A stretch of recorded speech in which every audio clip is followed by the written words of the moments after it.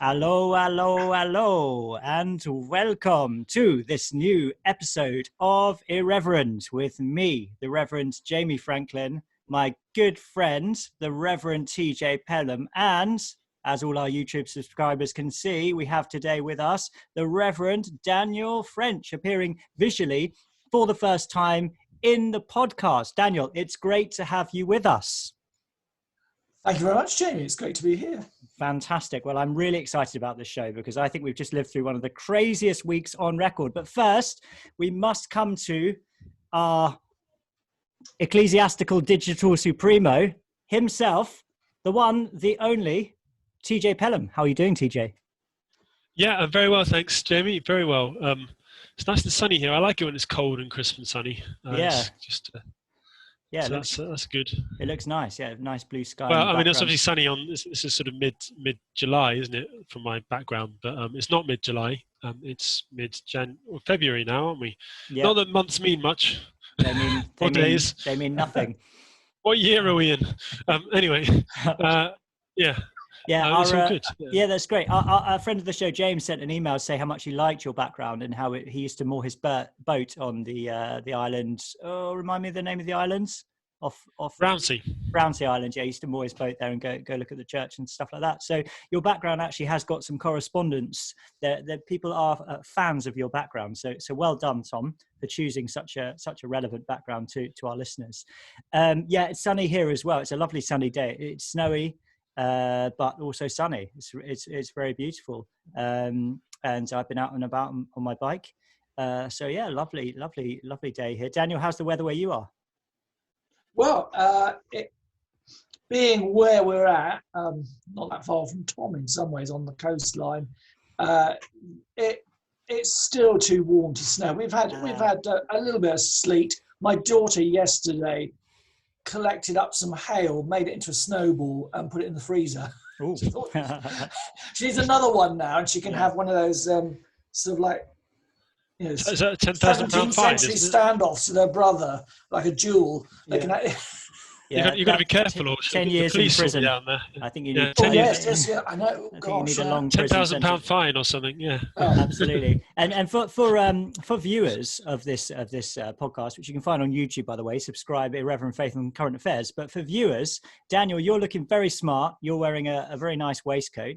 Thank you for taking it seriously. I've gone for a peaked cap today, which is kind of an homage to Jurgen Klopp, the Liverpool football manager, but also to all Americans as well, because I made some comments about Americans I think it was actually Tom who made some comments to the effect that all Americans are anti-monarchists. So I want to say to all our American listeners, you're very welcome here in the Irreverend family. There is no discrimination here. And although we do find anti-monarchist sentiment offensive, and we'll not allow it on the show, we still value your listenership. So an homage, the peak cap or the baseball cap, as the Americans call it. Fitting. That's what I'm wearing. Aren't you today. supposed to wear it backwards? I was thought you wore it backwards. I'm not going to lower the tone of the show by doing that, Tom. And Tom has got fantastic. Against canon law, isn't it? Oh, there's probably there's that famous bit in canon law about how you're supposed to wear a nightcap when you're asleep if you're a clergyman. Have you seen that bit in canon law? Tom, you must know that. No, I missed that one. Yeah, there's a bit in canon law. It might not be there anymore. It might have only been there 400 years ago or something. I suspect it's in one of the older editions. Yeah. Yeah. But they tend to be the ones you're into, Tom. Do you know why it would be? Do you know, the modern canon law is so dry. It's so dry. It's no fun reading that. Like, they knew how to make a list of rules in the 16th century. In 39 articles. Now that is combative. It's punchy. It's full of hate and zest. Hang on a second. The 39 articles is full of hate. Tom. Well, it's not. I think you're going to tweet that, are you? Do you know, one of the things I absolutely love about the Book of Common Prayer is that quite how sectarian it is, and it just sort of blithely passes us by now because we've become so used to it. But it's a document forged in the fires of the Reformation, and the 39 articles is not quite. Well, I've got a few around the place. Medieval iPhone. Yeah, and and it really is. There is a real combativeness about liturgy there. They don't beat around the bush. Yeah. And I like that. No, they're not full of hate. They're full of love and grace. Of course they are. Yes. And unless you're a Catholic. Unless you're a 16th century Roman Catholic, because of course the BCP is fundamentally a Catholic document. But anyway, let's not bog ourselves down in that old chestnut again, Tom, because nobody wants to hear about that. Although our podcast section on the Eucharist was actually very popular. I should say, having said that our last week's episode was the most popular episode ever. For a 7 day period, so we're getting new listeners. So this is great. The audience is growing, and lots of people watch the YouTube video as well. So fantastic. Thanks so much for listening and sharing the podcast around, and please continue to do so. And if you'd like to get in touch with us, irreverendpod@gmail.com. We get really good correspondence, so thanks for everyone who writes in. I try and read as much of it out as possible and also replies as much as possible, but it does take time. So but it's still great to hear from everyone. So so it's really good. We're a growing podcast. I think we are the most popular religion and spirituality podcast that features a Protestant Catholic crossover in the Church of England on the subject of faith and current affairs in the South Nottingham area. So that's good, isn't it? The only way's up. What's that, Daniel? The only way's up, isn't it, really? Well, but is it possible to improve on this level of success? I'm not really sure. Anyway, having said all of that, we are now going to talk about current affairs, which is the subject matter of this podcast. Now, as we've said very frequently, Tom and I don't watch the news, and we rarely even read the newspaper. So, Daniel, a lot is resting on your shoulders here today. But I thought we'd start by trying to cover some of the political developments. Now, I did see an article in the Telegraph, which I shared with you, which is that there were reports earlier this week that pubs might be able to open quite soon, but with no alcohol. Did you boys come across this? Yes, it's extraordinary. What's that terrible alcohol-free fizzy juice thing that? I don't fizzy. What do you mean? Like Dr. Pepper? No, you're getting American again. Yeah, sorry, it's my hat. I often find we get given it instead of wine. You mean like Lambrusco or yeah, Schlur. It always gives me stomachache. Oh yeah, it's very sugary. I get terrible stomachache with it. Well, I just can't bear it. Well, the reason they've given is slur vision of Britain. Yeah, I mean the reason they've given is that you can't social distance after drinking alcohol, but I can't social distance after drinking Schlur. I mean, there's so much sugar in it. I just want to sort of run around and cuddle everyone, As I understand it, and here I'm back again. Sorry, I had to rescue my son. It's okay. Not rescue. He was actually fine. He was all right. Don't worry. He was fine. They're worried about the sort of scenes seen in London of the great mingling in the streets post the when was it? Back when we had some freedoms. When was that? It's hard to remember now. June. Yeah, June. No, it wasn't. It was in November when they closed just before the first lockdown. When they put in the 10 o'clock curfew, which everyone said, "Hang on a second, this is a stupid idea because everyone will leave the pubs at the same time."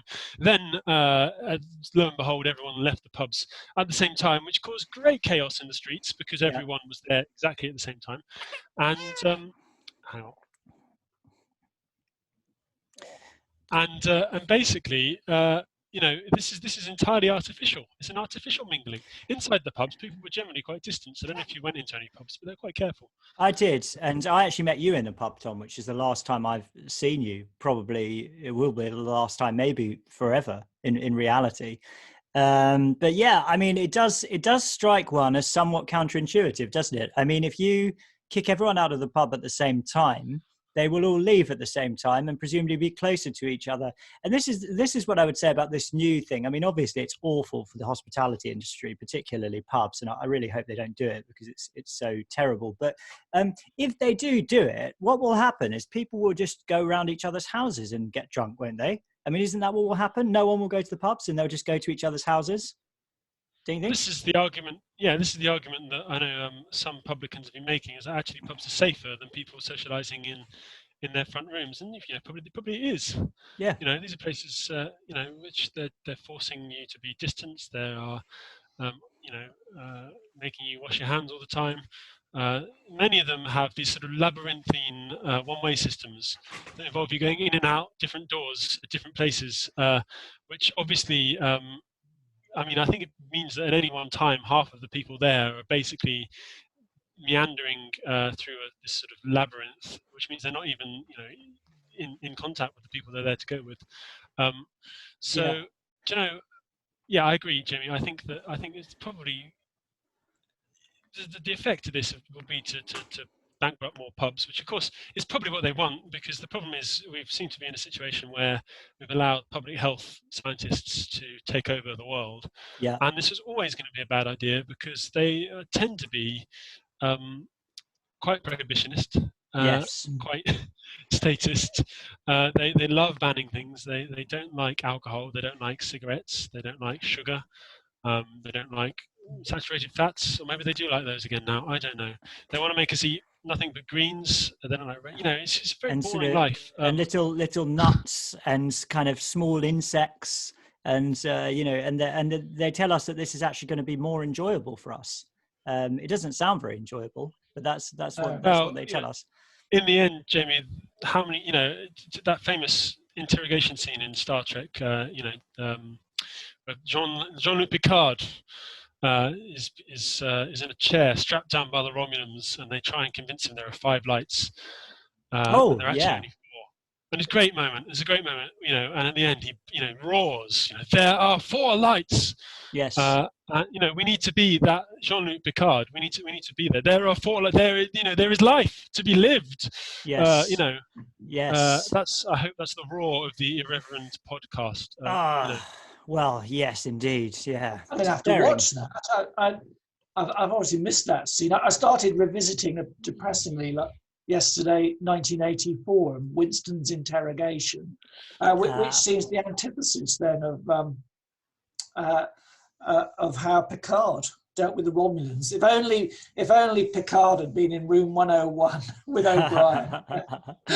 He would have given a serious, very serious speech, I'm sure. And told them that the Enterprise was hanging over the Ministry of Love, photons ready to blast it out. Yeah. So anyway, there have been some really interesting other suggestions. I don't know whether you've seen any of this. Most of these have been coming through from the general public on Twitter, but things like, that gyms should reopen, but without any equipment. Exercise? Yeah, without any exercise. And laundrette should be able to open, but without any tumble dries. Mm-hmm. So would you go to a pub for a drink without alcohol? Would you go there? Serious question. No. I'd go for a meal in the middle of the day, but I absolutely wouldn't go out in the evening to a pub where there was no alcohol. To be honest, Jamie, I'm not sure I'd even go for a meal. Most pubs, the reason you go there is for the wonders of the British pint.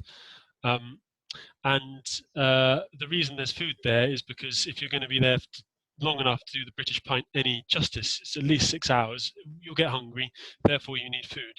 And that is the sort of pub I frequent. I don't really like gastropubs because they get it the wrong way around. They seem to think you go there to eat food and then offer a pint to go with it. And that's a restaurant. It's not a pub. And the restaurants have their place, certainly, but it's going to be the death knell of the trade, because the government basically are going to be able to say, well, you can open, so we don't need to support you anymore. Yeah.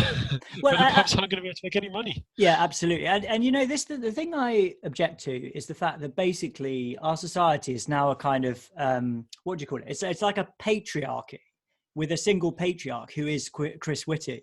So it's like Chris Whitty is our dad, and he's making decisions for all of us. And I just think, how have we got to this stage where Chris Whitty's insecurities are running running the country, making decisions which will affect the lives of millions of people. It's like he's like a helicopter parent, and he's sort of like all his tentacles all over the country now. It was very much in the press. Father Chris is concerned that people cannot keep their hands off each other once they've had a few. So the BBC had or was it Sky? That there was a misprint a couple of weeks ago, and they put Christ Witty, which I thought was the Freudian slip of the year, really. Yeah, that's very, very apposite. The sires come. I seem to recall, maybe this is an urban myth, that some point in December he said that we shouldn't have Christmas crackers because the joking, the laughter, the joviality from it, that more spit might be transmitted across tables. Yeah, I heard that kind of thing as well. No joking, no shouting, no laughter at Christmas, no singing. Oh man, you've got to wonder what he gets up to in his spare time. Well, it's presumably sits in a very pastel-coloured room, not getting too excited. In his slippers. Yeah. I think with a very small television, a long way away in case it damages his eyesight, and I think the problem is that we're still somehow in a position where we listen to these people. In normal life, people like Chris Whitty, he has his heart is in the right place. Like, don't get us, I think Chris Whitty genuinely desires to help people as much as possible, but by the nature of his profession, it is very sort of blinkered and kind of that's why you have leadership, isn't it? You have someone who's actually his boss, Boris Johnson, where the buck stops and says, actually, Chris, this is, we all know you're doing a great job here, you're doing a grand job, but that's absurd, and he needs to do that more often, doesn't he? Yeah. Well, he's been hiding behind the scientists since the beginning. I've been reading a really interesting book called Utopia: The Perennial Heresy, which is by a guy called Thomas Molnar, who I think is probably dead now. This book is 50 years old, but it's really got me thinking about these scientists who are really utopians, because what they want is a situation where we're all protected from as you were saying, Tom, not only viruses but from any kind of health risk as much as we possibly can be. I mean, obviously the whole thing is crazy because eventually we're going to have to die or be injured by something, but they want a kind of entirely sort of risk-free society, a society which is sanitized from all risk. And the idea with the utopia is that in order to get there, because it contradicts human nature so completely, you have to be absolutely controlling of everyone. People have to be regulated and controlled every minute, and so essentially utopias always turn into police states. So this is the first kind of health utopian vision, I think, that health and safety utopian vision that's ever sort of happened in the history of humanity. But the cycle of utopianism is something which is very common.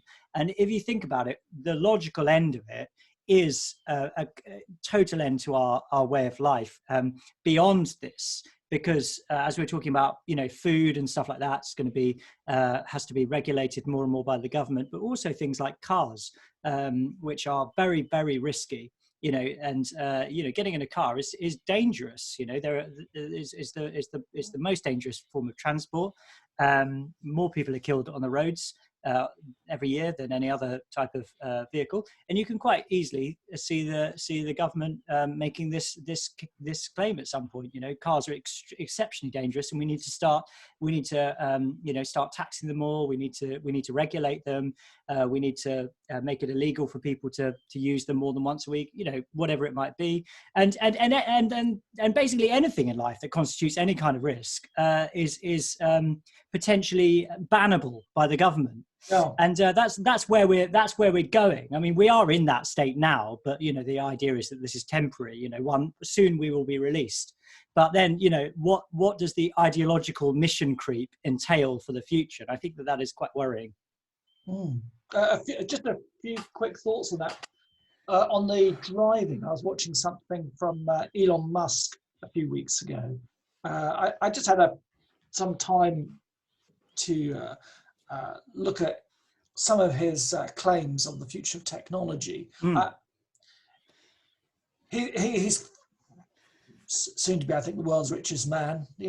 He's I don't know whether you think he's a visionary or a crank. I feel a bit undecided on that. But his big push is for driverless cars. But if you push him further into the conversation and go deeper down that sort of rabbit hole, what he's saying in essence is that none of us will end up owning cars. Will essentially rent time in a car that will be traveling between people. There will be sort of robotic taxis, and it will depend on your carbon credits and what have you, and whether the car thinks you need that journey and so on. So you cease to be, in a sense, the owner or the consumer, and passengers become the sort of product that the cars move towards. The other thing that came to mind was about risk. I read something earlier in the week. I'll see if I can get the article. It was around the idea of debt and risk. And so because the way that we are managing finance, particularly in the last 30 years, where typically before that, a middle-class family would have some savings. They wouldn't be living from paycheck to paycheck. They wouldn't be 2 weeks from disaster. We've flipped now to the inverse of that, which is where I think the average family has a personal non-mortgage debt of about 15k at least. Wow. And that makes it very vulnerable then to all sorts of forces. You're less likely to be entrepreneurial, this studies show, less likely to take risks. And then that way you're much more, it's much easier to coerce you from a sort of macro point of view, because if everybody had savings, in one sense, we wouldn't have needed to be furloughed. Yeah. Or we might have had a very different response to furlough and to lockdowns and what have you. So that we've become tied to other people's capital, and that's not in a good place. That makes us very vulnerable as a culture. Yeah, vulnerable to centralized power as well, isn't it? Because if with fines, for example, if you're wealthy, it's no big deal to pay £100 fine. But if you're just making ends meet, it really is. Exactly. Yeah. Oh, just on a little aside, if alcohol is to be banned in pubs, will it be banned in churches? You see? Oh, well, it already kind of is for the congregation, isn't it? Yeah, we were having a little chat here a few days back about, will the chalice ever be restored? The shared chalice. It does receiving alcohol. Will the boffins say that if you have a sip of alcohol, not that I believe it's alcohol, of course, after the event of consecration. Tom, let's not get down just there. be careful. Be careful, Daniel. Tom will jump in with his Protestant heresy. Does the consumption of alcohol in church, will it make you less likely to adhere to social distance? So it filled with the joy of the Spirit. Just Christianity in general should be banned in that case. Sorry, Tom. Let's hear it, Tom. No, I wasn't going to say anything. Here we go. I was just wondering, just off the top of my head, whether either of your churches had taken the advantage of the gracious allowance from our Archbishop of being able to intinct on behalf of the congregation, because we are doing that, and it works quite as well as we can. It's the closest thing to sharing the chalice that we can manage, and actually it's perfectly safe. I think there's no doubt about that. The way we have the chalice next to the bread and just tink and put it into their hands. I don't know. So we are managing to share the wine to a degree, but it's not ideal. Better than before, but still not ideal. Yeah, we don't do that. We just give just in one kind at the moment. I was just worried about the Eucharistic wafer gets very soggy at that point. Well, we use something yuck about doing that. We use individual bread, so just with a glove on, I can see how that. Dunk it and then put it into the hand, and it sort of it doesn't even get too wet because you're just dunking so quickly. It's just got a little bit of wine on it, and just modify the words of reception a little bit. Yeah. So Well, yeah, I mean, it's good. It's good to try these things, isn't it? Should we talk a little bit about the most recent announcement from Monsieur Matt Hancock, who has addressed the House of Commons, and he has said that holidaymakers who lie about going to, are they called red list destinations, will be facing a 10-year prison sentence. Have you heard about this, Tom? I have, yeah. I mean, that's more than a number of quite serious offences, isn't it? Yeah, absolutely. I've got it right here. Here we go. Can you see the screen share? These are the offences. Offences with 10-year maximum terms: rioting, making threats to kill, indecent assault, firearm possession, burglary with intent to commit rape, and indecency with children under 14. Offences with 7-year maximum terms: child sex offences, carrying loaded firearms, racially aggravated assault, and incest. Okay, so if you lie about going on holiday to Portugal, that's worse than committing a child sex offence, apparently, according to Matt Hancock. Amazing, absolutely amazing. It's a strange world, isn't it? I think I like that. Lord Sumption claimed the health secretary's connection with reality has finally snapped. I mean, it's finally Lord snapped, according to Lord Sumption. I was trying to highlight it there. Yeah, it's madness, isn't it? And you can just imagine people getting lumbered with this quite accidentally. If you go on holiday to somewhere that, given how quickly the government were shuffling countries in and off lists in the summer. I didn't actually go abroad this summer, but I know that every other week, or maybe even every other day, there was now the Antilles are on a red list or whatever. People are going to go away and then not know that they're at a red list, and then I don't know. Who knows? Or just it's like a sort of medieval theological standoff, isn't it? Where the debate to the general public would seem quite specialised or minor, but so much has been stacked up in terms of authority, and this sort of game has been every time it's going up and up and up. That the government can't back down on something like this because they put themselves in a hole, And hasn't Bantam said that if you I think it's something rather terrifying, like if your plans for summer holidays involved either going abroad or engaging in household mixing, then it could be very tricky.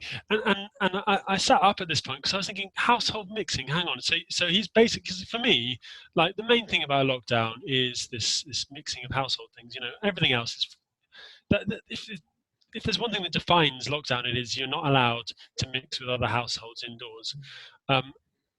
By that claim, even by the summer, he's not anticipating those sort of restrictions being relaxed. You start wondering what on earth the point of this vaccine is. At one point it was, we were going to see freedom after this vaccine, and that was the only justification that can be offered for a lockdown now. Was this is the last time? It will not be for a long term.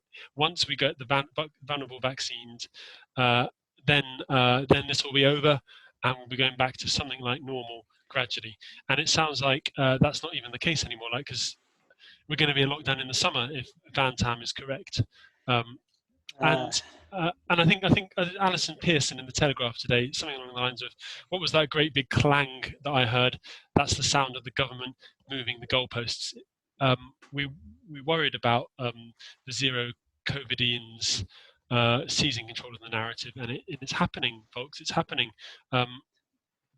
We're not, we're not seeing that short lockdown for the rollout of the vaccine to the very vulnerable that people like Alistair Hames and Christopher Snowdon and Andrew Lilly, all these people who sort of said, no, we're not generally in favour of lockdowns, but we can support this one. That's not on the cards anymore, and it never was. Absolutely, Tom, and we told you so. I don't want to be ungracious about it, but we said this was going to happen because it's happened over and over again, and it will continue to happen until we reject this whole ideology. And it's the one rule of totalitarianism and creeping totalitarianism, is that once power is acquired, those in authority rarely give it up. Yes. Without enormous resistance. And it's been pointed out now that because we can't adjust the flu vaccine for next year, we're in a position where, with not having had access, there's neither herd immunity in a natural sense or herd immunity through vaccination will be potentially theoretically possible, because normally enough people have had flu recently to provide a certain level of background immunity. On top of that, we vaccinate the vulnerable. If neither of those things can happen, because we can't vaccinate against the strains because there's nothing passing around, we could be for a really bad flu year next year. And what's the only answer going to be? They're going to lock us down, because that's now the narrative, and that's why this needed to be resisted. But they didn't listen to us. Why would they? Yeah, I mean, boys, I said to Lorna last night, how do you feel about moving to Florida? And for me, that is, sounds pretty good right now. It's nice and warm, lots of freedom, beaches. Surfing. I don't actually know anything about surfing, but apparently they've got alligators there, so you have to watch out for them. But I like the sound of that. Jazz. They've got two good jazz, haven't they? Have they really in Florida? In America in general, but in Florida, I think the South. I always love the sort of southern jazz, and you're quite near to New Orleans, aren't you? I don't know which state that's in, but New Orleans. Is that, where is that? Is that in Louisiana? Do you know, Daniel? We're sounding really ignorant. Yeah, I've lived on and off in Florida in my youth. Wow. So it's in that zone, and I know what you mean about jazz and culture and what have you. It's All right, sweet. Well, that's where I'm going to flee to. Where are you guys going? I've just looked at a map and I've discovered that America's really big. So it's not actually that close to New Orleans. I mean, close in as much as like two things that are about 1,000 miles away in America are actually fairly close. But like you could drive up and down England. Yeah. It's like about as close as Russia is to the UK. I failed geography at GCS O level. Gosh. But it's definitely in that. I mean, I'm right in as much as they're both in the Gulf of Mexico. Yeah, exactly. They're probably it's probably a reasonable short hop on a Concorde to get on a plane. Yeah, in an F-16. If you've read Brave New World, at the end, it becomes apparent that if anyone dissents from it, from the soft totalitarianism, that there's a kindly route you can take to Iceland.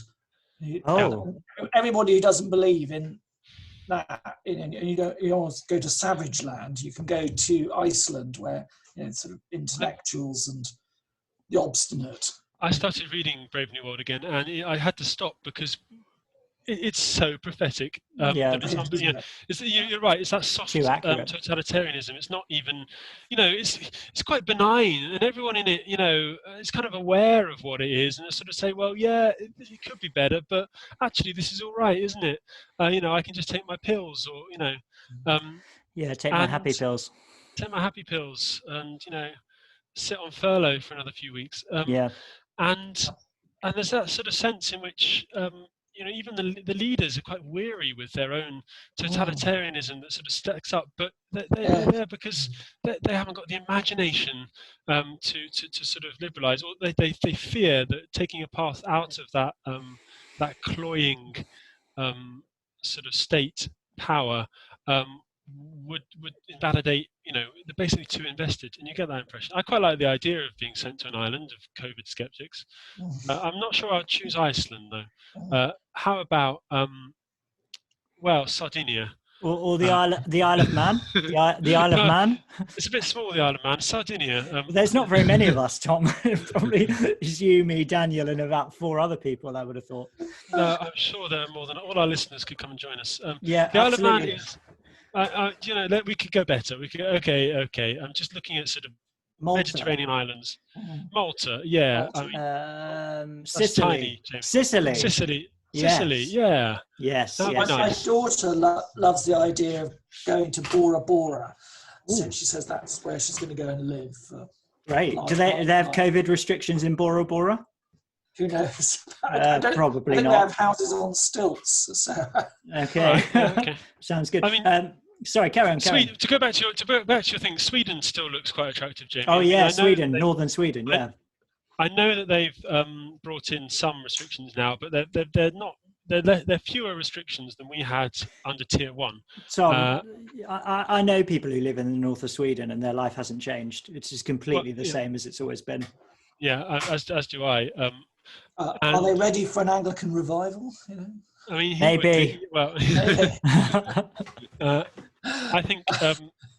I think Sweden, is still quite happily sitting there demonstrating that actually a softer touch legislation, softer touch rules would have quite happily controlled this disease without the sort of enormous costs to liberty, to life, to prosperity, to family. Apparently because they're only doing slightly better than us, you can't make that claim.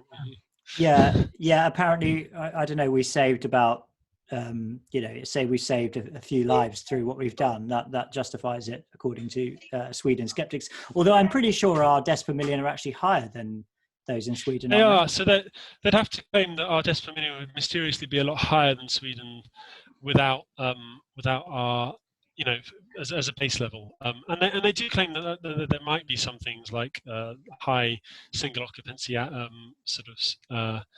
or slightly more spread out as a population, although actually their population centres are just as dense as ours, and that Stockholm's more dense than central London.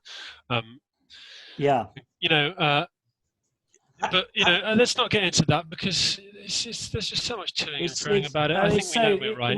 We've had it, haven't we? I've just looked up and I've seen that we've had. Now, this isn't reflective of our overall statistics because, as I say, we are a very popular religious faith and current affairs program, but we've had 3 downloads in the whole of Sweden in our entire time, which isn't very many. So if anyone wants to share our podcast with any, they may be, yeah. Hi, Kevin. Hi, Kevin. yeah. Start a religion with 3. Yeah, exactly. So if anyone from Sweden, or if anyone knows anyone in Sweden, do tell them that we're looking for new listeners, particularly in Sweden, because we love Sweden. We love Sweden. We'd love you to have a Swedish guest, wouldn't it? We'd love you to have a Swedish guest, but they're all too busy. They've got better things to be doing, Jamie, than sitting inside recording podcasts because they're not locked down. They're all out in the snow hunting bears. Anyway, let's return because we've got so much to get through today. But let's just finish this off. Tour operator AITO said the government seemed to be trying to frighten people. Well, yeah, I think that's probably true. Adding a 10-year prison sentence seems wildly over the top. People who kill and badly maim others don't get that long in prison. They are trying to frighten people in our view. They should have been stricter early on. We're now 14 months into this pandemic and the constant changing of rules when many people can't even keep track of which day of the week it is causes mayhem. So there we are. Have you seen, I love a good disaster movie. And I watched Songbird on Netflix. Oh, okay. Is that a new one with Gerard Butler? No, that's that one's corny. Greenland. That's meteor hitting the Earth. And, all right, yeah, okay, I've seen that before. Songbird, Songbird is the first COVID movie. Oh yeah. It postulates lockdown for 4 years, with each mutation becoming more aggressive because we're over vaccinating. I think was to the point where you can't leave your house at all, and food is delivered to you. Food's delivered to you by those who are sort of 1% of the population who are completely immune.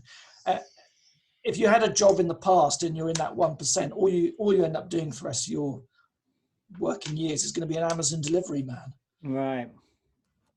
And it's a sort of romance between the two. And I thought that's crazy. And now, but actually, as the weeks are going on, I'm beginning to get a bit twitchy. Well, they're getting very worried about. Only 3 years to go before we're in that. Yeah, I know. Is it South? They're worried now that the South African variant has an element of vaccine escape, or at least that the vaccines don't work as effectively as they do on other variants. I believe it's their current worry, isn't it? But I mean, the problem is that this is going to keep happening. It's just going to keep happening, and the more you vaccinate, the more you're going to get. Basically, you select, as I understand it, select for ones that can transmit despite the vaccine. And admittedly, South African variant came up before the vaccine was present, and also, as far as I'm aware, even Oxford scientists who have developed the vaccine are saying, yes, it's possible, and it's not actually that clear because the data sets are very small. It's possible that it is not reacting the same way, but that it's probable that it will stop any serious illnesses still. But that's not good enough, of course. Suddenly, our goalposts are being moved yet again, and there's the chunk of, it's not about serious illness anymore. It's about avoiding any transmission because otherwise we'll get more variants. And I think Professor Francois Ballot, once again, a great, has said that, and I believe it's something along the lines of, the director of the Genetics Institute has said something along the lines of, you can make both the hypothesis that if you lock down hard, you get more aggressive variants, and if you lock down less, you get more aggressive variants, work in a simulation, but in practice, life is far more complicated. The actual number of variations, even within one host, is enormous. So effectively, what we do makes very little difference to, in his opinion, to the number of variants that pop up. And indeed, you can think about this like, Kent, the variant arising in England, the South African variant arising in South Africa, neither of which have anywhere near the largest number of COVID cases in the world. Someone that you'd expect if it was straightforwardly the case that out of control COVID transmission led to more variants, which is the worry of the zero COVIDians and at the moment Hancock, you could expect far more variants popping up in places like India or Peru. Or Brazil, where there just simply by merit of there being, or the USA, simply by merit of there being many more people living there, they would get more variants, more cases and more variants. But that's really not happening as it is. With, the ones we know about have turned up, and they're potentially more transmissible, potentially more deadly, potentially avoiding vaccines. But it's going to keep happening, and it's not an excuse to keep us locked down because it just means that the vaccinations are less effective and lockdown, once again, lockdown can only be justified upon a effective vaccine as an end. There's a system, a branch of mathematics, non-deterministic systems, or what's sometimes called chaos theory, which I studied about 30 odd years ago and kept an interest in when I was doing IT, and basically, most systems in nature work on this mathematics, and you can play simulation after simulation, and each time it's different. It governs the way it governs the way human faces develop. It governs the weather. It governs the finances, and to claim that you can control such systems in nature is crazy. One of our lodgers who grew up in the Czech Republic, his father said in 1947, his father was I think, quite well-known academic in Prague, and the commies came in and in a sort of 2-minute hate speech said that they would have the power to control the weather very soon. And he burst out laughing, and the next day lost his job. And there's something of that, the ridiculousness of it is that a lot of this is beyond our control. We can make some adjustments for it, certainly. But particularly when it comes to these sort of flu viruses, which is different, I think, from measles and polio and other sort of diseases, when it's something that's constantly evolving and mutating and being passed around by coughs and sneezes and touch, so much ability to control it. It's crazy. Yeah. It's a crazy. At the very dogmatic belief to go around putting that. We're in a weird situation now where even if lockdown is successful, we know that in absence of anything else, in absence of any treatment or vaccination, lockdowns only postpone deaths. If we're in a case where the virus is mutating quicker than lockdown, than the vaccines can catch up, which they're worried about, then we end up in a situation where lockdown has to be permanent. We're just constantly chasing our own tail with the vaccines, trying to make sure that they're and you won't ever get out. At which point, that again is not an acceptable end state. It's not an acceptable equilibrium. So you have to bite the bullet and say, okay, we can't keep doing that. It's not practical. It's not possible. And this is, let's be honest, if we're in this situation in 4 years' time, we won't be having people delivering it to our doorsteps because there will be no economy. There'll be no products. Also, I'll be in Florida, so I'll just be sunning myself on a beach. You'll be Iceland. Yeah, exactly. I'm waiting for Boris to genuinely come on the TV and say, I've sent you all an email to print money. Yeah. So please start printing. Yeah. We're upstairs with the inkjet printing fivers, and I'm going to be printing 50s.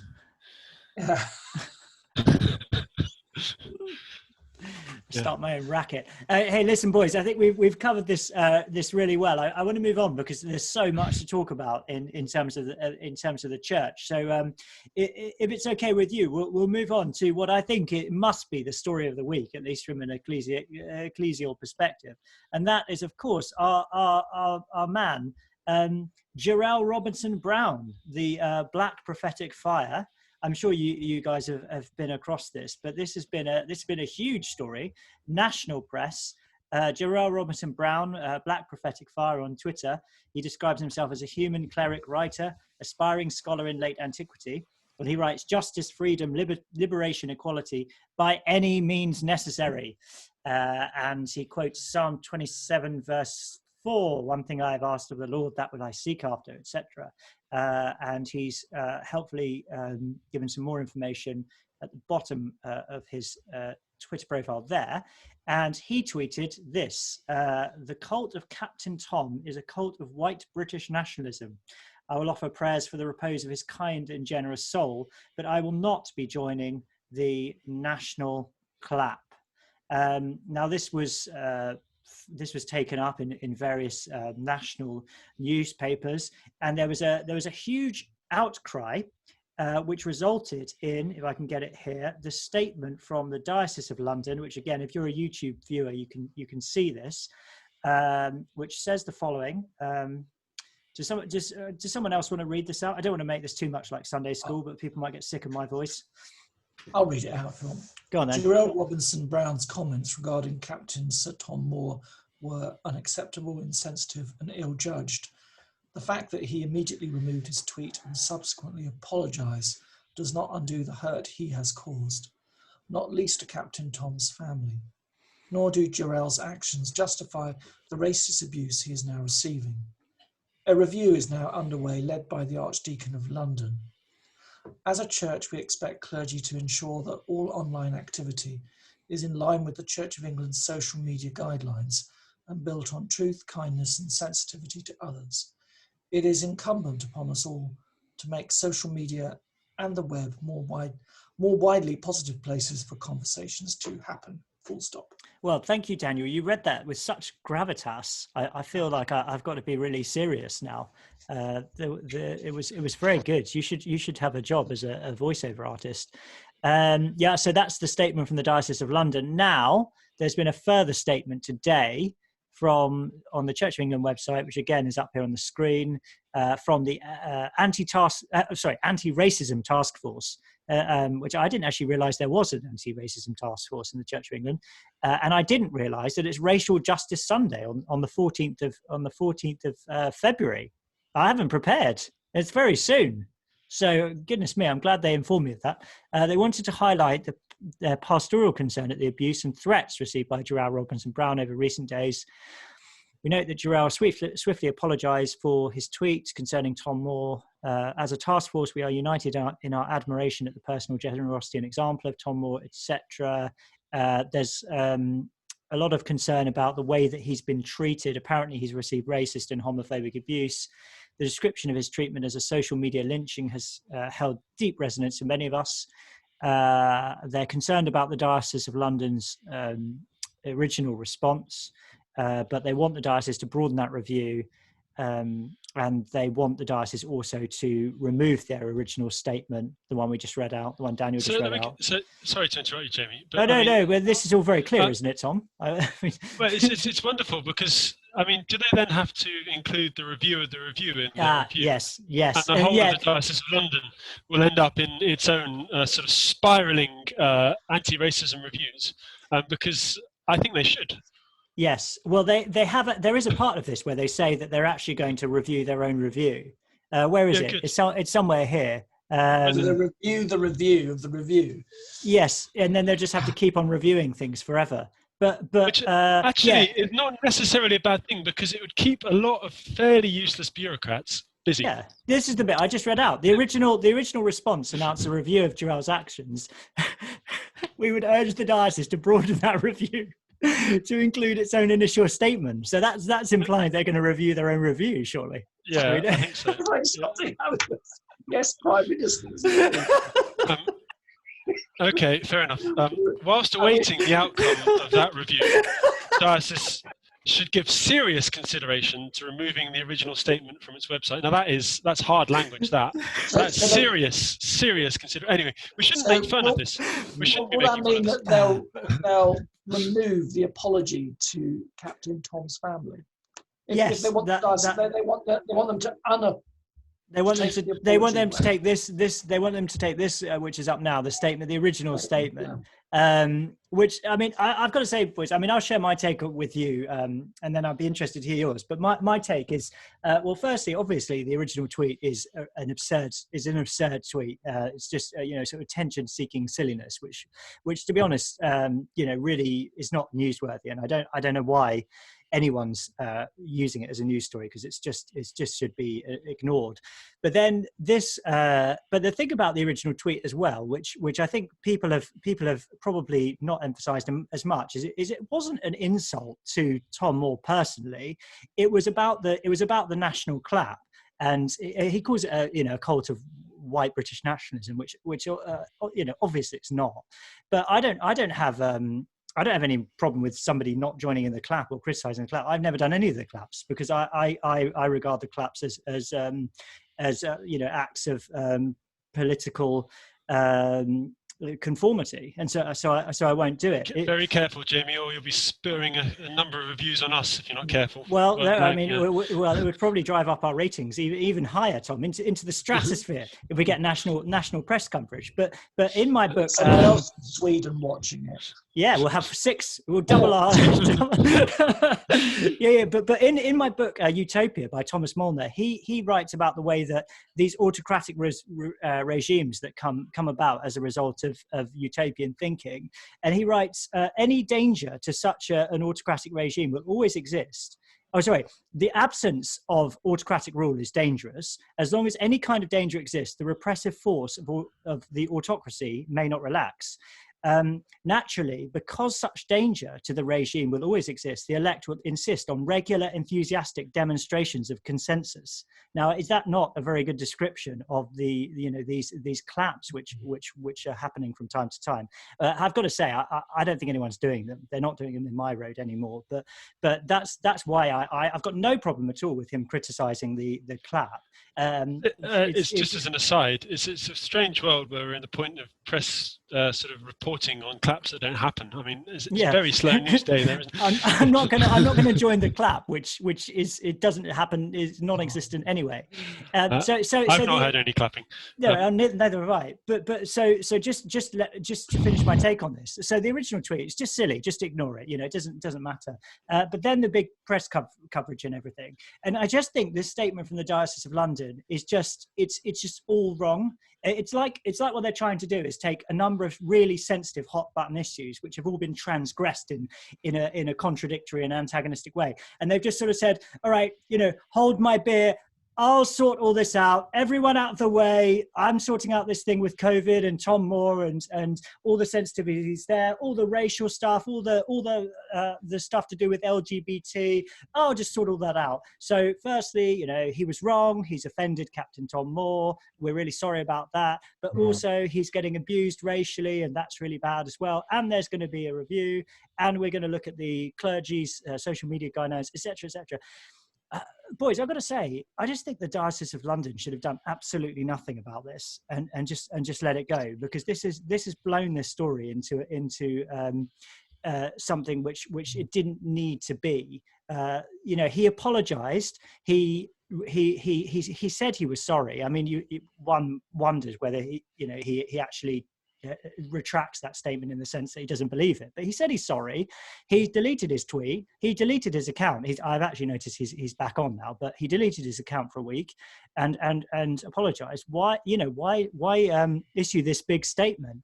And certainly this further thing about the anti-racism task force, I just think it's, there was this article, wasn't there, by Rod Liddell where he was talking about this, which we shared during the week. And I just think the way that this comes across to the culture is just that the church is ludicrous, quite frankly, in its response to this. This is the worst kind of press coverage that we could possibly get. Not just the original tweet, but all of the subsequent response. It just shows to the world that we're not operating from any kind of integrity or any kind of firmly held principles that we have, be they theological or ethical or whatever. We just respond in this kind of random ad hoc knee-jerk way when stuff like this happens, and it just makes us look stupid. Rod Liddell's title to this article, "Have some guts, Welby, and stand by your man. At least he believes in something." I mean, that says it all, really, doesn't it? Isn't it? I was struck by the task force's press statement, which accuses the media of abuse. Now, I had a look at, maybe I'm missing something here, but what Liddell wrote was robust, and a number of other pieces. Well, at one stage he says that this man has the intelligence of an untransubstantiated communion wafer, which you could call robust. Yeah, but it's not abuse. It's not racist abuse, is it? No, and it's nothing more than you would hear, say, in Prime Minister's Question Time. No, the attack on Margaret Thatcher by Geoffrey Howes, was it called being savaged by a sheep? I just think Rod Liddell makes his. I mean, he's a controversialist, isn't he? That's his job. And a kind of a controversialist is going to controversial. Whatever, ignore him. It's the best thing to do. It's like, it's the whole point of the tweet is exactly the same spirit of just, spurring on some controversy. And I kind of agree with you, Jamie. I'm not convinced that anyone would actually be offended by that in Captain Tom's family. I mean, are they offended by me because I didn't clap for him either, or for whatever reason? I think I'm probably more offended by it than most people, because I can't stand this kind of CRT Black Lives Matter stuff. I mean, that's the thing I think it's offensive about it. It's not the fact that he doesn't want to join in the national clap. But I mean, I'm not quite sure why the press are getting so excited about that then, because in general they've been thoroughly supportive of that sort of that sort of narrative in a sort of slightly weird way. It hasn't had any scrutiny. I mean, Liddell writes, the church was okay with everything he had uttered previously and has reacted now simply because Jarel got it some headlines that it would have preferred not to have, but his apology was insincere. He does not, in honesty, repudiate his belief. And the church is complicit in this familiar deceit, the fraudulent apology. I apologise that I've offended you. Yes. I'm sorry. I'm sorry that this has been. I'm sorry that the national press noticed this and decided to print a story about it. But I think another thing which is really important to say here is that this kind of the response to the original response, in my view, cheapens and dilutes any serious conversation that might be had around racism, because it's inevitable that any criticism that will be levelled at Jarel is going to be called racist. But I mean, we were talking about this off the show, weren't we, Daniel? That in order for something to be racist, at least it used to mean that it has to have some kind of language or content in it which was actually sort of racially discriminatory. It wasn't just criticism or even abuse that was leveled towards somebody who wasn't white, which is what it's I think what it's becoming in discourse. So, for example, I actually asked somebody on Twitter, have you got any evidence of racial abuse? And one of the things that this person shared with me was that somebody had called Jarel a Nazi and had called him racist. And he was saying, well, look at this is racist. Now, okay, that's a criticism, isn't it? Because he's been called racist and he's been called a Nazi. But I wouldn't call that racist just because it's directed towards a black person. No. I mean, arguably, I guess there's sort of extra sensitivity involved around the sort of treatment of black people by Nazi Germany, and in the same way that calling someone who was Jewish a Nazi would be particularly offensive, and arguably, if you knew that they were Jewish, racially aggravated, but not to the same degree. I don't know. Certainly unpleasant. There's no need for that sort of language in this. Yeah. But now this statement by the anti-racism task force, it's all about Jarel. Jarel has now become the victim in a story in which originally he was the perpetrator. And the point I'm trying to make is a serious one. It's that if this is the threshold for racism, if the threshold is this low, then it actually means that you can't differentiate between things which are sort of fundamentally not racist and things which actually are racist, because there is a real thing called racism, but we're so confused about what that is that we just think, any sort of abuse now towards a racial minority is racism. Do you see the point I'm making? And no. I think that's potentially offensive to people who actually have been discriminated against on the basis of their race or are being discriminated against on the basis of their race, because if that was happening to me, I'd be saying, no, hang on a second, look, this is actual racism, like lynching. They use this word lynching, social media lynching. Well, people really were lynched on the basis of their race, and that is racist. That's real racism with a real consequence. This is, as far as I have seen, very different. Now, you always get on the internet. Yeah, it's name calling. And on the internet, you always get fringe lunatics on the internet, because everybody in the world can be on the internet, from any culture. This is why, like in the Premier League, I'm sorry to bring it back to the Premier League, but there's always this outcry whenever a place somebody says something racially, something racist to a football player. Right? They say, oh, this is indicative of the huge levels of racism in English football. But this person could live on the other side of the world who said this thing. I mean, you can't. It's like it's like the COVID thing, isn't it? It's like a sort of zero global racism policy before we can say that we're not deeply institutionally racist or whatever. So to me, it has the net effect of meaning that you can't have a serious conversation about what constitutes racism, because if everything is racist, then absolutely nothing is.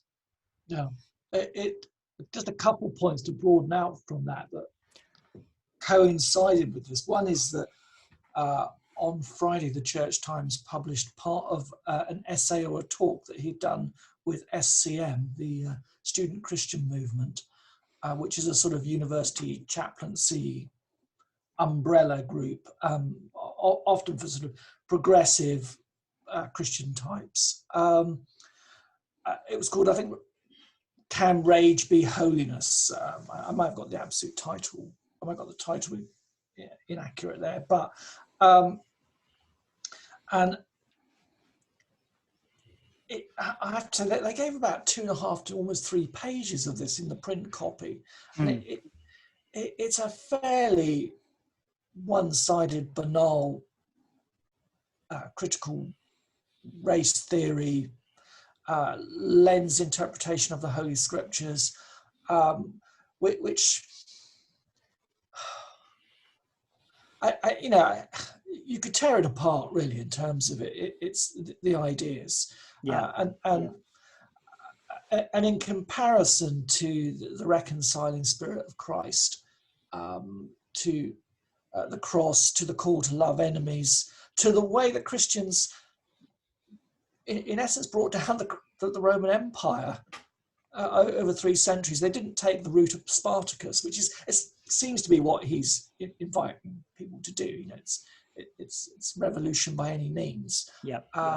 I just thought it was very kind of infantile, and yet, the Church Times took this seriously enough that the next day they didn't take it offline, knowing that he had this accusation against him.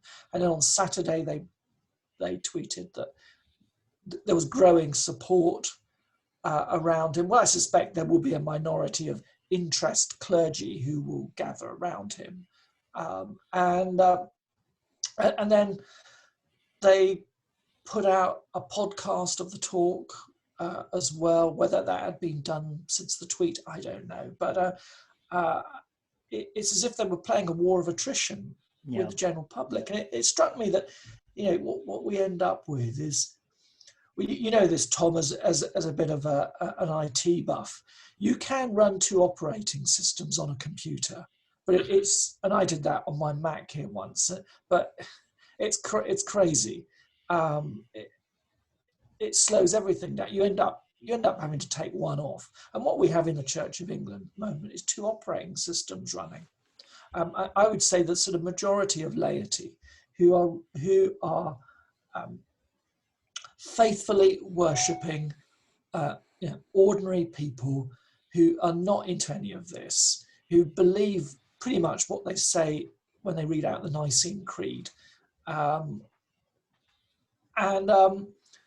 Then we've got the other lot who are largely in the nested in the bureaucracy and in the in all sorts of upper echelons of the church, and we've got these 2 operating systems. It's like 2 religions under the same roof. And that kind of really came over with this, with all these sort of various people saying, I support Jarel and he's being bullied and what have you. Well, he opened the gates of hell himself quite foolishly on Thursday night, and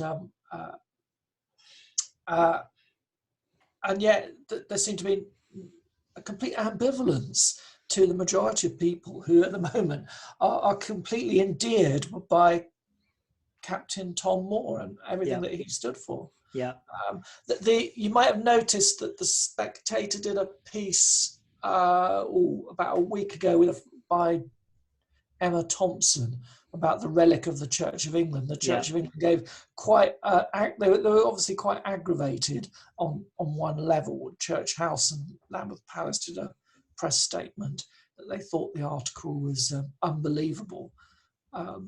So there's this disconnect between the church and ordinary people that's quite extraordinary at the moment.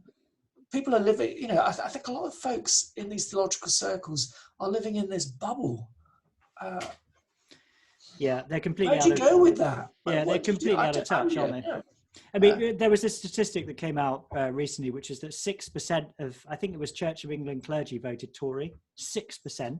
And when you consider the proportion of congregants who voted Tory in the last election, I mean, it's a massive political disconnect. But I think you're right, Daniel. There's a kind of ideological and existential disconnect as well between these senior clerics and those who are, in their favour for whatever reason, and then ordinary people. I think, one thing that's important to say about this is that Jarel's response, he's not been, as far as I've seen, he's not been himself claiming that he's been receiving, or at least he's not been doing it publicly, racist and homophobic abuse.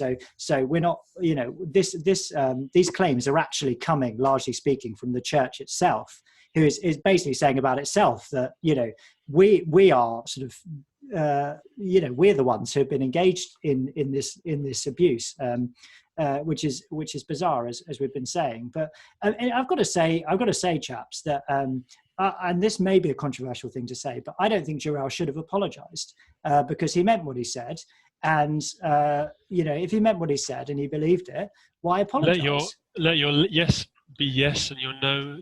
It's one of those. Yeah. I mean, I think what he could very well have done legitimately is said, look, I'm sorry if anyone is offended by it, or if anyone thinks that I was insulting Tom Moore. But if you'll look at what I said originally, I said I will offer prayers for his kind and generous soul. It wasn't an insult to Tom Moore. And and I think my critique of the national clap was bang on. So I'm sorry about perhaps the timing, perhaps the tone, but I stand by what I said. Because if you apologise, firstly, have you actually changed your mind? Do you really not believe it anymore? Well, obviously he still does. And secondly, when you apologise, it only makes it worse, because then they go after you even more. So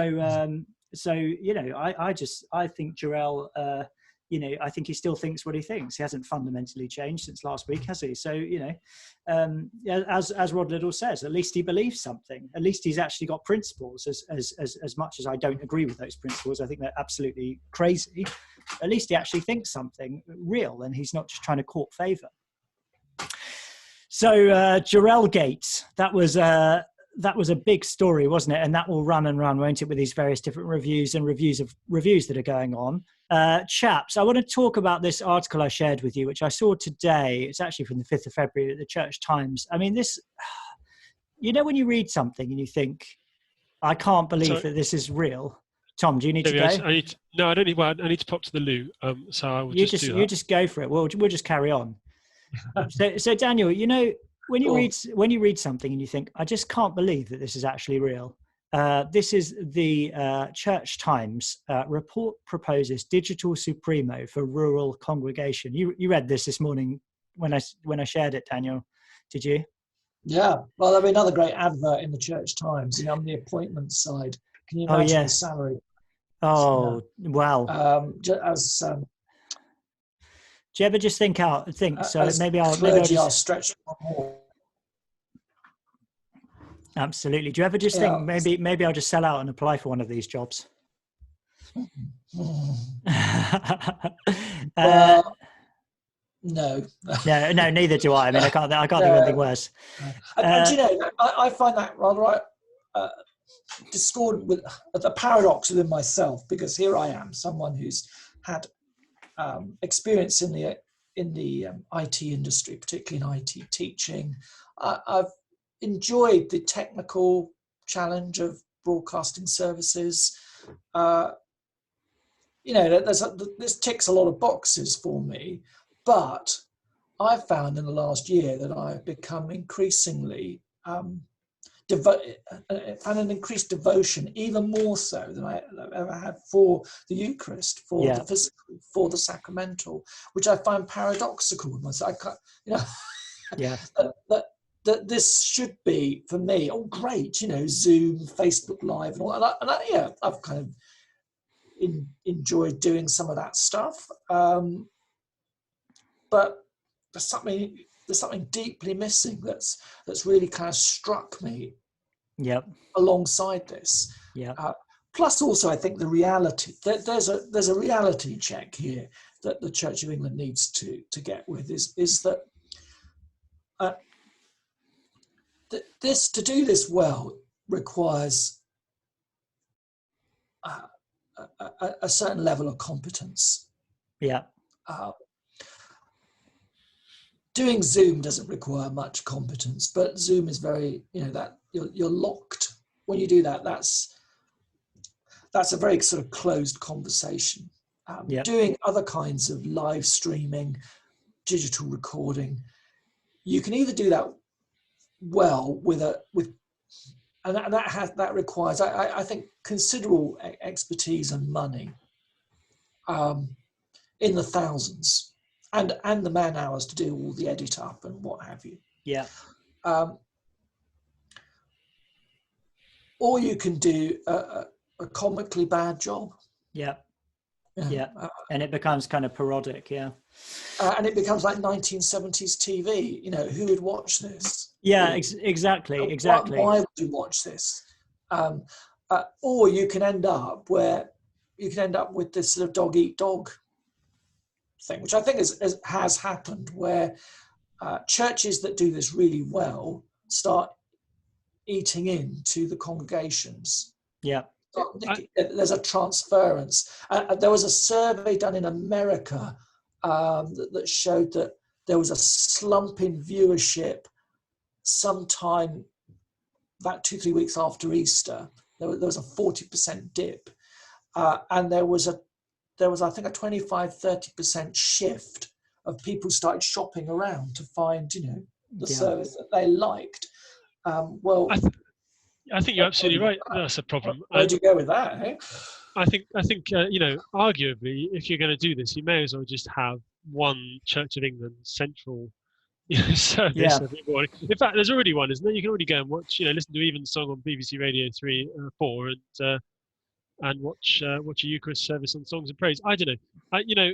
It's exactly the same. The problem is that once you follow that logic down, you realise that you lose the core of what of why it's important to gather as a particular community. Yeah. Because preaching is a fundamentally pastoral thing, and it needs to be addressed to that to the people you've got there who are in a particular place, and it needs to be finely tuned to do that. And if you're talking to Mary from Nottingham and Joe and James who like your one from the south of France, and you've got a couple of your normal congregation that the other half can't really be bothered or can't get on, or they're going to watch it later anyway and then they never get around to it. Who are you preaching to? Who's there? And then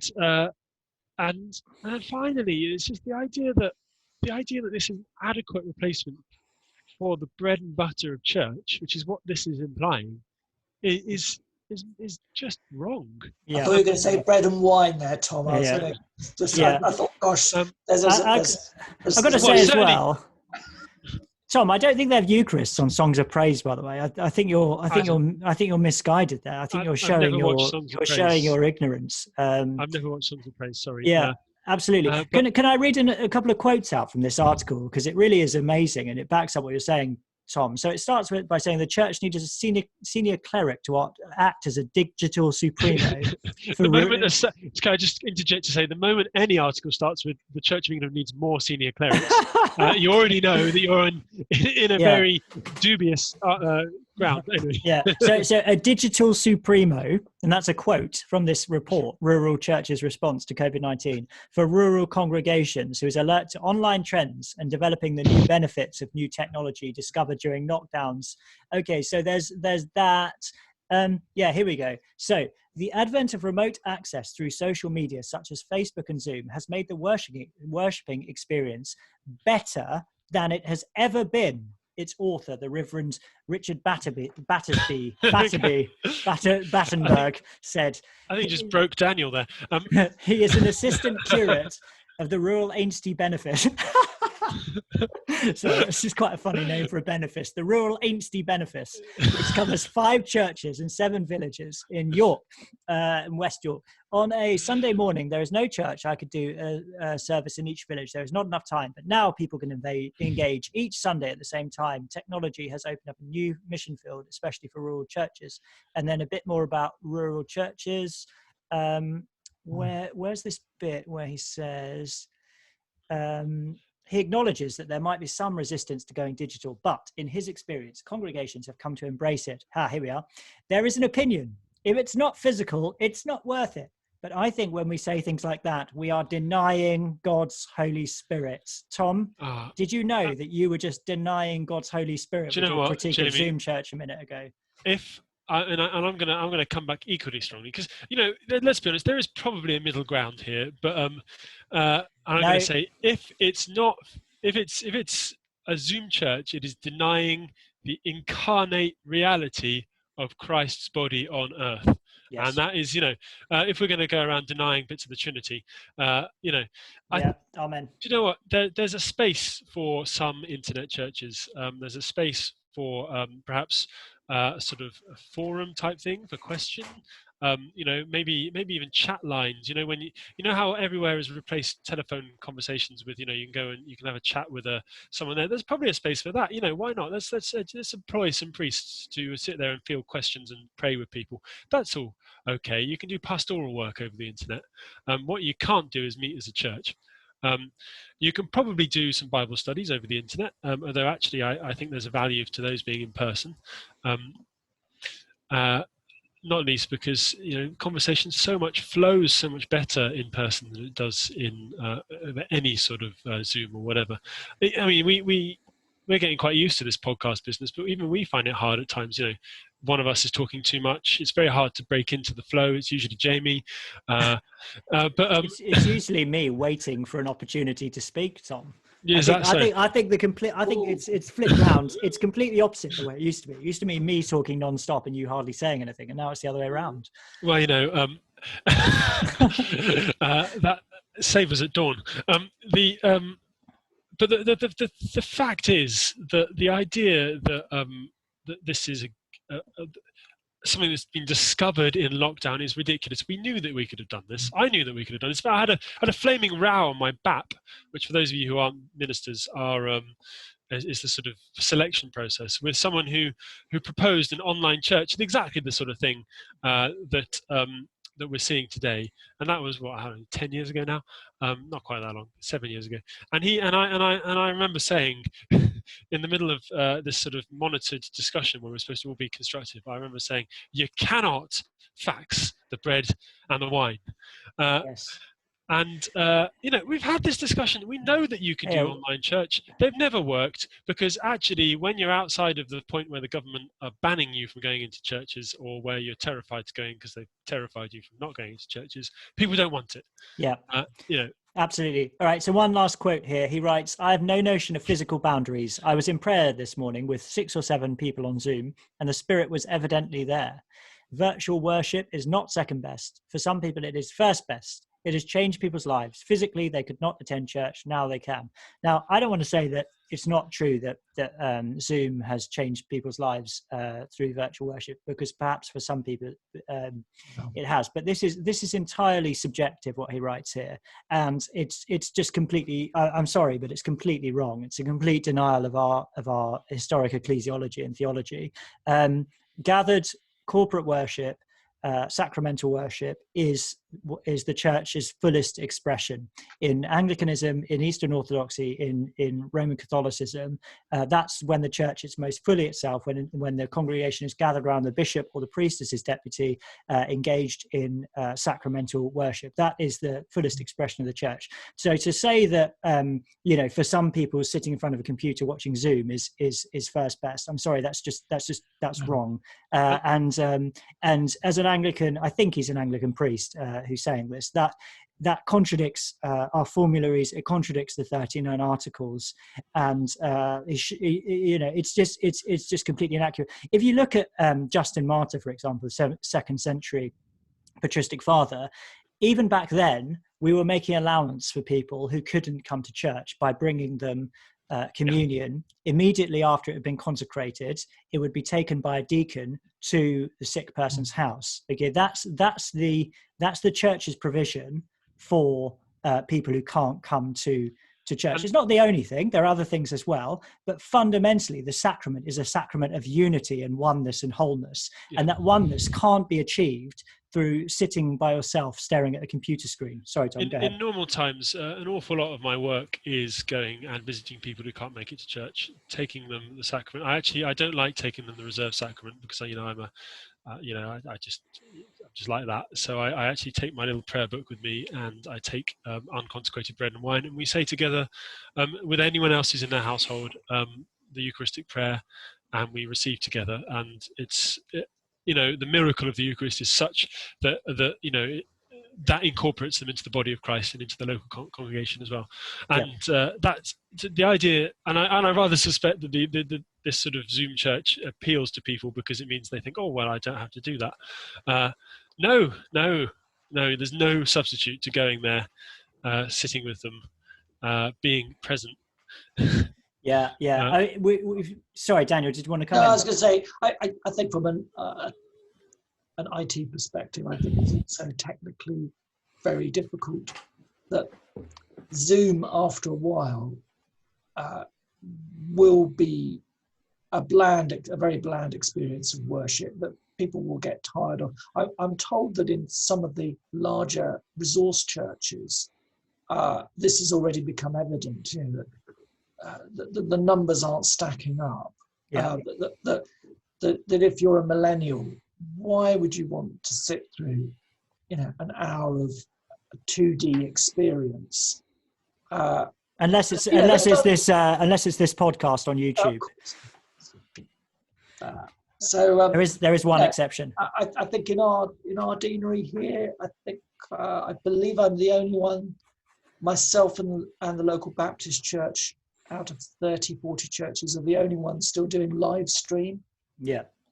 And that's because we, on our end, and actually I know the folks in the Kingsbridge family church, they're doing the same thing. We've shared a little bit of expertise on this. We've made sure we've done it reasonably well. We've come to a point to which to go to the next level would be, an extraordinary spend. But I know that I've probably nicked a few parishioners from elsewhere through that. Yeah. Everywhere else are just doing sporadic Zoom stuff. Yeah. I mean, it's not a future. That's not a future. It's not viable to have that. No, and I think that's going to be the case regardless of how many digital coordinators we have. The other thing, of course, is we managed to live stream whilst in the last lockdown. In order to live stream, we needed lighting sets up, we needed microphones for the choir, we needed all sorts of. We had multiple cameras, some for long views down the aisle so that you could see anything being done at the altar, some for close-up ones for preaching, or and all in all that required equipment all over the place and a dedicated IT person to do that. Now you could, I guess, simplify it a bit, and you could install the lighting we required, and you could install cameras ready, set up to go, and you wouldn't have to do too much work on a weekly basis to get it out, but it would cost probably upwards of 10 grand to get all of that properly put in, and we can't do it. We can't do live worship and streamed worship because it takes up too much space at the moment. And the only other option, I guess we could record a podcast, but who's going to sit and listen to a podcast of our lots of people, Tom. Sweden. There's 3 people in Sweden. And I've got lots of friends from my old days as in evangelical charismatic churches who have been in this position, and I can't think of a single one of them who's still regularly watching the Zoom meetings now. I don't want to name them because it might get them in trouble with their pastors, but they just all say the same thing. They say, well, we started off with it, we can't even bring ourselves to log on to it because we've become so tired of it. So it doesn't Daniel, what you said about the numbers doesn't surprise me. It's also, I think it's quite discriminatory towards children, teens, who at the moment, my teens are doing 5 hours a day on Microsoft Teams, remote learning. The last thing they want to do on Sunday morning is sit in front of a screen doing doing Zoom worship with, a lot of people who are 40, 50 years older than them, watching YouTube clips and pre-records. Absolutely. Yeah, that is the last thing. The actual Instagram generation have been sold down the Swanee by this, because they're just not engaging with this, and you can't blame them. So Yeah. we've narrowed the bandwidth, I think, of the C of E in this respect. I know there are some people who are doing great Instagram ministry, but it's not the same. It's not the same. Absolutely. Yeah, listen, Church of England needs to stop taking its cues from the Klaus Schwab COVID-19 Great Reset playbook and get back into its historic theology.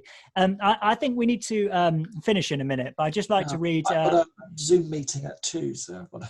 Oh, do you need to go, Daniel? Do you want to go now? In 30 seconds, so yeah. Oh, okay. Well, you can listen to this. We've got a couple of good emails from listener Rosemary, who writes, "The new style of pseudo-worship clearly needs a new Bible, so I'm sending you a modest contribution." She writes, "A certain man went down from Piccadilly to Hyde Park Corner unmasked and fell among masked persons, which cast stones at him from 2 meters away, leaving him half dead. And by chance there came down a certain Church of England rector that way. He was called Thomas Pelham." No, she didn't write that. "And when he saw him, he passed by on the other side. And likewise, an NHS nurse, when she was near the place, looked on him and saw he wore no face mask and passed by on the other side.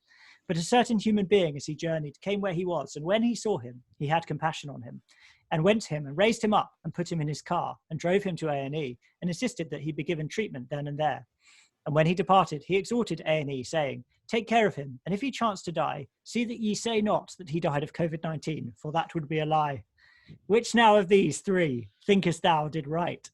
And they all answered, 'The rector and the nurse, for they observed social distancing and acted in accordance with the rules. Go and do thou likewise, and remember that if ye make human contact, people will die.'" Thank you, Rosemary, for that. That's a really good one. We have actually got another one from her as well, which maybe we'll save the next one for next week, because it's very good. It's a new set of Beatitudes. I'll have to get going. Yeah. Right. Thanks so Really much, nice Daniel. to be with you. Yeah. Andrew, it's you, Daniel. Andrew. Goodbye, Andrew. Oh, blimey. Oh, my head. Bye, Daniel. Thanks for coming Names on. everywhere. Cheerio. Just a couple more. So email from M. He's keeping himself mysterious. M for mysterious. "Dear Jamie and Tom, enjoying your podcast and your determination to raise awareness of the importance of Christians thinking and questioning. It's tragic that many Christians want to be led without asking questions in the name of safety and hand over all moral agency to the government and medical profession. Is safe a word referenced in the Bible? Rather, we are commanded not to worry and place our trust in the one who has total power over life and death and who has conquered death. Can you imagine Paul taking a safety mindset, all those whippings, shipwrecks, imprisonments, etc., and endured because of his hope in a resurrected Christ? Why are we all so fearful? Hashtag get churches open." He says, "Thank you for all you do. A fan. And P.S. Great to see you both on YouTube. Maybe not the eating bit. I ate a yogurt on here last week, so I think he's probably referring to that." Speaking of getting churches open, www.uklockdownchurches.wordpress.com has a list of open churches. So if your church is shut, or if you're looking for a place to go to church physically, go to that website, www.uklockdownchurches.wordpress.com. I checked on there yesterday. There's about 130 churches listed on there. Especially if you live near a city or a large town, there's a good chance you'll find one. And also, if you've got an open church and you'd like to list it, then do go on that website and list it up there. So I think that's probably it for the day, Tom. Yep. Any closing thoughts from you? No, other than as always, trust not in government for redemption, but in Christ, who is our Lord and Saviour. Amen. That's right. And our friend M got it bang on right there. We're not called to live a life which is completely risk-free, but we're to take risks prudentially, but courageously for Christ. Yes, indeed. So get in touch with us, listeners. irreverendpod@gmail.com, and it'd be great to hear from you. Follow us on Twitter @irreverendpod. And we look forward to seeing you all again next time. Thank you so much. Goodbye.